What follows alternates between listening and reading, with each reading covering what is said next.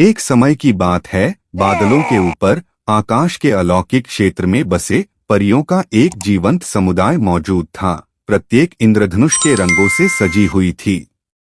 इस रहस्यमय क्षेत्र में 7 परियां थीं, जिनमें से प्रत्येक इंद्रधनुष के एक अलग रंग का प्रतिनिधित्व करती थीं। लाल, नारंगी, पीला, हरा, नीला, इंडिगो और बैंगनी।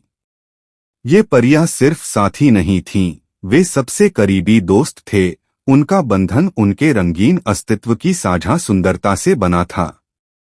हर दिन वे बादलों के बीच नृत्य करते थे, आकाश में इंद्रधनुष बनाते थे, जिससे उनकी उज्जवल रचनाओं को देखने वाले सभी लोगों को खुशी और आश्चर्य होता था।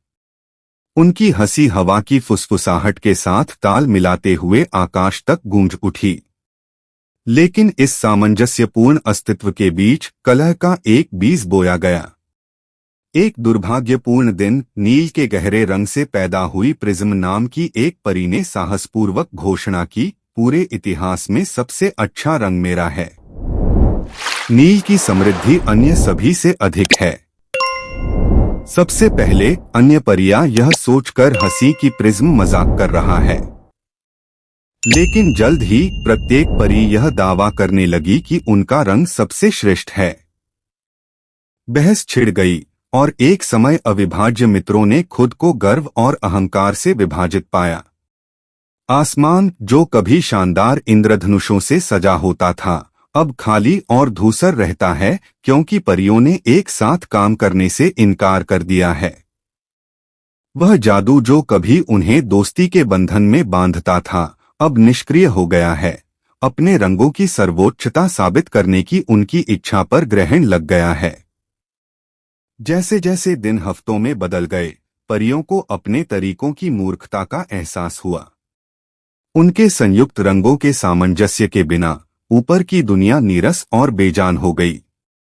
अपने दिलों में वे उस जीवंत सौहार्द की चाहत रखते थे जो वे कभी साझा करते थे।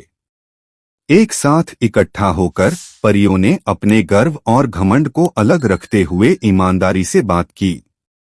वे समझ गए कि सच्ची सुंदरता उनके रंगों की व्यक्तिगत चमक में नहीं, बल्कि उस सामंजस्य में है जब सभी 7 रंग एक साथ सहजता से मिश्रित हो जाते हैं।